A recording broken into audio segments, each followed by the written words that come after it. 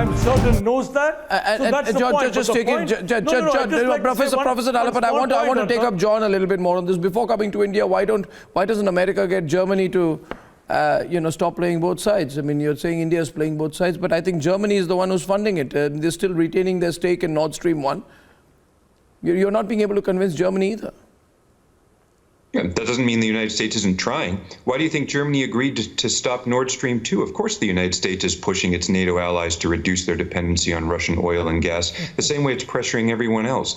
It's a logical strategy to try to multilateralize sanctions because that's when they're going to be effective in changing Putin's behavior. But the thing is that, you see, John... as to the point about Chinese incursions in the Himalayas, surely it's in India's interest to develop a pattern in which even powerful nuclear-armed actors face prohibitive costs when they invade another country's sovereignty. I would hope that the United States government would be outraged and would mobilize international support for these kind of incursions into Indian sovereign territory. And that's one of the precedents that I hope will be set in Ukraine. I hope it will not only deter Putin and his successors, I hope it will also moderate behavior in Beijing. I mean, the thinking here is that it was Britain, who were doing all this posturing, and I'll get Sushant to respond to you, John, Sushant Sareen, but it was America who did all the posturing, all the provocation, and instead of giving moral lectures to India, what has America done besides cosmetic actions? In fact, I think India's decision is an economic decision,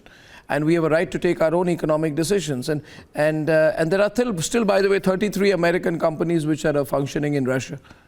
Why doesn't America pull out the 33 American companies first? Sushant is responding, please. There's a heated debate, ladies and gentlemen, views on both sides. Sushant from Delhi. I'll take a little contrarian view for a very simple reason. Number one, I don't think the Americans have singled us out.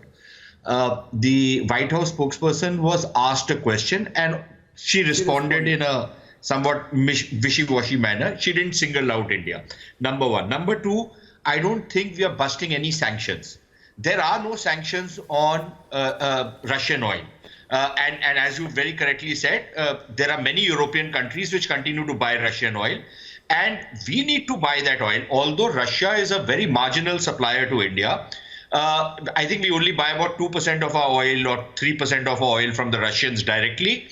But still, I think it is important because we need to build up our strategic reserves, number one. Number two, at a time when our economies have taken a huge hit over the last 2 years, if we can get, and at a time when oil prices have gone through the roof, if we can get some cheap oil, which is certainly not going to fund the Putin war machinery, it's not of a scale which the Germans or the Italians or anybody else is buying.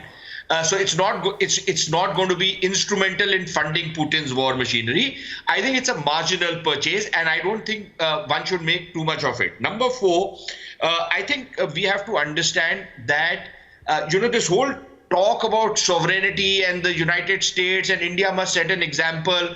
It's all very well to start setting examples. The only problem is that when push comes to shove, other countries look out for their own interest. And frankly, I personally feel that our interests certainly lie with the West, certainly lie with the Americans. But, there are certain areas in which we have to protect ourselves. Nobody is going to give us cheap oil. And we can't take oil at the kind of prices which are there in the market and then expect that our economy will continue to revive. We have to take care of our people. Yeah. The Americans could afford to say no to Russian oil. The Brits could afford to say it. But many countries can't afford to say no to them just yet. And finally, if you remove the Russians from the oil market, and the Russians were, if I am mistaken not, probably the largest exporters of oil in the world right now, of oil and gas, and somebody can correct me, maybe the second largest after Saudi Arabia. But if you remove them from the market, you're not talking about a marginal player being removed. You're talking about a major supplier. This is going to again lead to price spikes, and it's going to be worse because it's going to lead to shortages. Because most of these European countries are then going to source their oil and gas from the Middle East, from where bulk of our oil and gas supplies come.